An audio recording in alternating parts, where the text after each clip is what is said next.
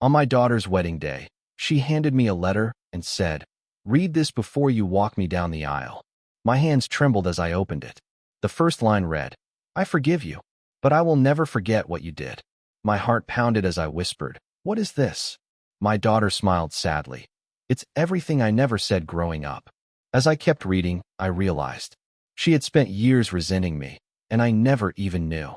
I'm not sure where to begin. I never expected to be the kind of guy to post something like this, but here I am. The wedding was beautiful. My daughter, Lily, had planned everything down to the tiniest detail. She'd always been like that, even as a kid. Organized, driven, a perfectionist. It was supposed to be one of the happiest days of her life, and mine. It started normal. Charleston mornings are always humid, but that day felt extra heavy. We were getting ready in an old restored hotel near the harbor. I was in the groom's suite, straightening my tie, when she walked in wearing her dress. She looked like something out of a painting. I felt this wave of pride hit me hard in the chest. "Dad," she said, "I need you to read this before we walk out." She handed me a white envelope. No decorations. No flowers. Just my name. Handwritten. I could tell by her voice that this wasn't something light. My gut turned. My hands started shaking before I even opened it. She gave me a look I can't describe, part sadness, part peace, part pain. And then she said, "It's everything I never said growing up." I opened it. The first line hit me like a train. "I forgive you, but I will never forget what you did." And just like that, I was no longer standing in a wedding suite. I was back in my past, and every mistake I ever made, every moment I thought had been buried and done with. Here's the thing. Everyone always said I was a great dad. I went to every recital, every birthday. I took her to school every morning and made her pancakes every Sunday. I never raised my voice, never drank. I thought that was enough. But what I did to her mother, that never left her. I just didn't know it.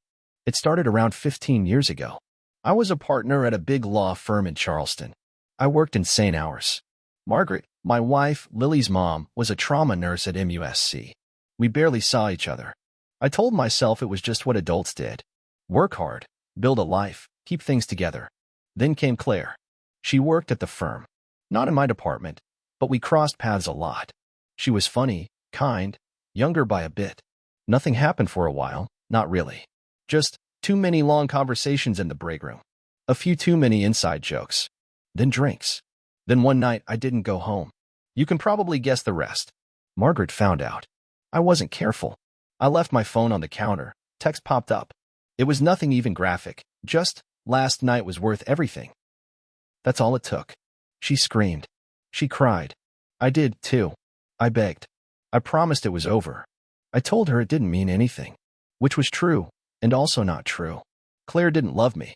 I didn't love her. But I'd still blown up my life for something that didn't matter. Margaret and I separated. I moved into a tiny condo near the water. Lily was 10. We told her it was just a break. That adults sometimes needed time. That it wasn't her fault. We even did that thing where we sat her down together, calm voices, trying to make it seem normal. I thought it worked. She didn't cry. She just nodded and went to her room. Back then I told myself she was okay. For the next 8 months, I saw Lily every other weekend. We'd go to the aquarium, the farmer's market, Sullivan's Island. I'd buy her books, take her to brunch. I thought I was doing well. We laughed. She smiled. What I didn't know was that every time I dropped her back off at home, she cried in her mom's arms for hours. Margaret and I got back together eventually. Counseling. Church. A lot of hard conversations. I changed jobs, smaller firm, less pressure. I blocked Claire from everything. It was hard, but we got through it. Or so I thought. We never talked about it again. Margaret forgave me, mostly. We moved on. Or tried to. Lily kept doing well in school. She went to drama camp. She made honor roll. I thought we dodged the bullet. Until the letter. She had written it all. Every memory. Every hidden moment. Every time she overheard us fighting behind closed doors. Every time I said I'd be there and was late. Every time I smiled like nothing was wrong while her world felt like it was falling apart. She wrote how she'd sit in her room and wonder why I didn't love her mom enough to stay loyal. How she'd look at the door, scared I wouldn't come back one day. How every time I hugged her, she wondered if I'd hugged Claire the same way. She wrote about the time I missed her school play. One I forgot about because I was too wrapped up in putting out fires at work. I showed up the next morning with flowers and a smile. She smiled back. But that night, she cried herself to sleep. And I never knew. She never showed it. But it was all in that letter. I read how it shaped her. How it made her feel like love wasn't safe. Like men couldn't be trusted. How for years, she pretended nothing was wrong because she didn't want to lose me completely. I thought I had been a good dad. I thought I had protected her from the worst of it. But she saw everything. And she carried it. Alone. By the time I finished reading, my shirt was soaked. My hands were shaking. My heart? I don't even have words for it. All I could think was, how didn't I see this? How did I let this happen? Then she looked at me and said, now you know. I needed you to know. No anger. No bitterness. Just truth. And I still haven't found the words. She looked at me with those eyes. The same eyes she had as a little girl, full of unspoken things. My mouth was dry. I wanted to say something, anything, but nothing felt right. I folded the letter slowly, carefully, like it was made of glass. My fingers wouldn't stop shaking. Lily, I said, I don't even know where to start. She just nodded. You don't have to, she whispered. Not now. I just wanted you to carry it with you. The truth. My truth. Then she walked out of the room. I sat there alone for a long time. Long enough for the music downstairs to change. Long enough for someone to knock and tell me it was time. But something felt off. When I finally made my way to the back of the church, Lily was standing there with her mother, who had her hand on Lily's shoulder. Margaret looked up when she saw me. Her face was unreadable. Then she handed me something. Another letter. This one was shorter. 3 sentences. You never stopped lying. I know about the second time. So does she. I stared at the paper like it was going to change if I looked hard enough. What second time? I hadn't touched another woman since Claire. Not even close. I had sworn it all off. I'd done the counseling. I had rebuilt everything. What the hell was this? I looked up. Margaret didn't look angry. Just done. Like someone who had waited a long time for something to click into place. Lily watched me. Quiet. Still. Her lips pressed tight. What is this? I asked. My voice cracked. Margaret just said, you should have been honest with yourself before today. But you weren't. Now we are. Then she walked back to her seat. I turned to Lily. You think I cheated again? I asked her. She didn't say anything at first. Then she looked at me and said something I didn't see coming. Mom found emails. From 2 years ago. Someone named Becca. My blood went cold. Becca. I hadn't heard that name in years. It wasn't cheating. Not in the same way. She had been a client. She was younger. Going through a messy divorce. We emailed a lot. Too much. I gave her advice that wasn't strictly professional. She sent late-night messages. Nothing ever happened physically. But I didn't tell Margaret. And I didn't stop it when I should have. It was wrong. I knew it. I told myself I didn't cross the line. But I knew I had leaned right over it and stared down. She had trusted me. Again. And I broke it. Again. I felt like my whole body was caving in. I never slept with her, I said fast. It wasn't like that. Lily looked away. You think that makes it better? Then she turned to the doors of the church, where the music was already starting. She adjusted her veil like nothing had happened. I stood there frozen, with her arm looped through mine. And all I could hear were the words in her letter echoing in my head. I forgive you, but I will never forget. The doors opened. We started walking, but I couldn't stop shaking, because something told me this wasn't over. As we walked down the aisle, my legs felt like concrete. I kept my head high, but inside, I was breaking apart. I tried to focus on the music, the flowers, the hundreds of faces turned toward us. But all I could hear was that line again. You never stopped lying. I glanced at Margaret. She was sitting in the second pew, next to her sister. Her hands were folded, face calm, but I knew that look. That wasn't peace. That was distance. A permanent kind. Lily held onto my arm gently, like she didn't want to hurt me, but didn't want to hold on too tight either. We reached the altar. I kissed her on the cheek. She looked into my eyes for a brief second. No smile. Then I turned and sat down. The ceremony started, but I barely heard any of it. I kept thinking about Becca, and Margaret, and the emails. I hadn't thought about that in so long. That chapter felt closed. I had convinced myself that if it wasn't physical, it wasn't betrayal. But Margaret had obviously found it, and she had kept it to herself for years. That meant Lily probably knew for a while too. Maybe even back then. And then another thought hit me hard. If she knew, why now? Why today? Why wait until the wedding to say something? The ceremony finished. People clapped, laughed, cried. Photos were taken. I smiled through it all, robotic. My face hurt from pretending. At the reception, I got a drink ginger ale, not alcohol. Margaret came up to me. Alone. I didn't want to ruin her day, she said. You did, I said quietly. Just not in the way you think. She looked at me for a long time. She deserved to know what kind of man would be walking her down the aisle. Margaret, she's not angry, she interrupted. Not like I was. She just decided she'd rather walk into her marriage with both eyes open. That stung, because it meant she thought she hadn't. Then she added something I didn't expect. You should ask her about the box. What box? But Margaret was already walking away. I found Lily near the cake table, talking to her husband. She saw me coming and excused herself. What's the box? I asked. She paused, looked around, then said, come with me. We went back into the bridal suite upstairs. Everyone else was still downstairs, loud and happy and full of champagne. In that quiet room, it was just us. She opened the closet and pulled out a small, flat storage bin. Blue. Plastic. Snapped shut. She placed it on the table and said, this is yours. I opened it. Inside were letters. Photos. Printed screenshots. All dated. From my affair with Claire. From the emotional mess with Becca.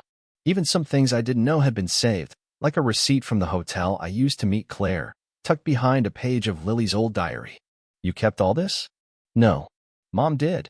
I found it in the attic 3 years ago. 3 years. You read it. Every word. I didn't know what to say.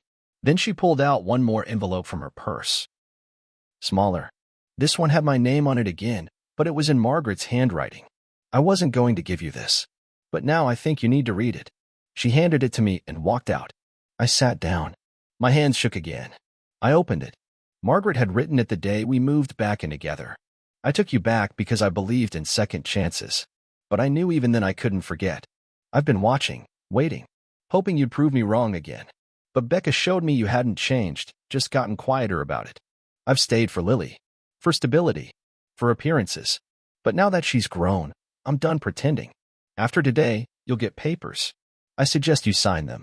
My chest felt like it was caving in. The truth hit me all at once. This wedding day wasn't just for Lily. It was a full-circle reckoning. Margaret had waited until she knew Lily could stand on her own. Until the final major event we'd share as a family. And then she pulled the trigger. This wasn't just about old wounds. This was the end of the image. The end of the lie. And maybe, the start of everything coming undone. I didn't go back down right away. I sat in that bridal suite with Margaret's letter in my hand, staring out the window at the guests dancing below. The string lights twinkled like nothing was wrong. People laughing, drinking, toasting. To them, this was a perfect night. But in this room, it felt like the roof was caving in. Eventually, I went down. I had to. I was still the father of the bride. The band was playing some classic Motown song. Lily was dancing with her new husband. Margaret was talking to the pastor near the bar. Everything looked normal, but I couldn't take it. So I walked up to the DJ. Can I say something real quick? I asked. Just a short toast? He handed me the mic. I don't know what came over me. Maybe I wanted to clear the air. Maybe I wanted control. Maybe I just wanted to finally be honest. I tapped the mic and smiled like it was just another fatherly moment. People quieted down. I just want to say, I started, how proud I am of Lily. Of the woman she's become. Strong, beautiful, unshakable, and honest. She looked up at me. Her smile dropped. I also want to say that, sometimes love fails. Sometimes people make mistakes. Big ones. The kind you don't talk about for years. The kind that break people without ever leaving a bruise. Margaret froze where she stood. I failed this family, I said. More than once. The silence was ice cold. Some of you know, some of you don't. But since today is about truth and commitment, I figured I'd tell mine. I cheated. First emotionally, then physically, then emotionally again. I thought I could hide it behind good intentions, second chances, therapy. I thought I could rebuild something without fixing the foundation. I looked at Lily. You deserved better, kid. Then I handed the mic back to the DJ and walked out the back door. People whispered. Loudly. Someone clapped awkwardly, not knowing what to do. I heard Margaret say something sharp to someone. I think it was her sister. Lily didn't follow me. Nobody did at first. I sat outside in the parking lot, alone on a bench by the gravel. My hands were in my lap. My whole body felt heavy. 10 minutes later, the door opened. Lily. She sat next to me, still in her gown. You didn't have to do that, she said. I did. Was that for me? Or for you? I thought about that. Both. She nodded slowly. You embarrassed Mom. I embarrassed myself. She didn't argue. She's been done with you for years, Lily said, staring out into the dark. She just didn't want to leave me in the mess. I know. She gave you more chances than anyone would have. I don't know how she even looked at you sometimes. That one stung. But I didn't fight it. I was scared, I said, that if I lost you both, I'd be nothing. She looked over at me. And now, I think I already was nothing. I just didn't know it. We sat there for a long time. No tears. Just silence. Thick and tired. Then the door opened again. Margaret. She walked over, heels crunching in the gravel. I guess it's all out now, she said flatly. Guess so, I said. She looked down at me like she'd been waiting for this moment for years. You want applause? A medal? No, you made her wedding about you. I made her wedding about the truth. She scoffed. Don't dress it up. You made it about guilt. You always do. I didn't want her to carry my lies into her marriage. She already was. The three of us stood there like ghosts of a broken house. Then Margaret took off her ring and dropped it in my hand. Papers come Monday. Don't make me chase you for signatures. And then she walked back inside. Lily stood there for another moment, then finally said, You know, I do forgive you. But you need to stop thinking forgiveness is the same as keeping someone around. And she left, too. I sat there long after the party ended. I didn't go back inside. I didn't say goodbye. I just watched the lights go off one by one. The music fade, the cars roll away. It's been 6 months now. The divorce went through quietly. Margaret moved into a smaller house near her sister. Lily and her husband are happy, as far as I can tell. We talk sometimes, text mostly. She sends photos of their dog. They're not ready for kids yet, and honestly, I'm grateful for that. I've been seeing a therapist twice a week. Not for Margaret. Not even for Lily. For me. Because the truth is, I spent years pretending to be a good man who made a few bad choices.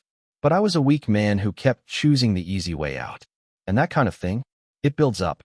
It shows. It hurts the people you love, and it eats you from the inside. Do I wish I could take it all back? Every lie, every moment I turned away instead of leaning in? Yeah, of course I do. But this is where I landed. Alone. Honest. Still learning.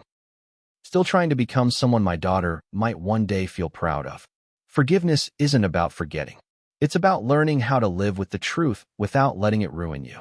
I think about that every day. Some days, I even believe it.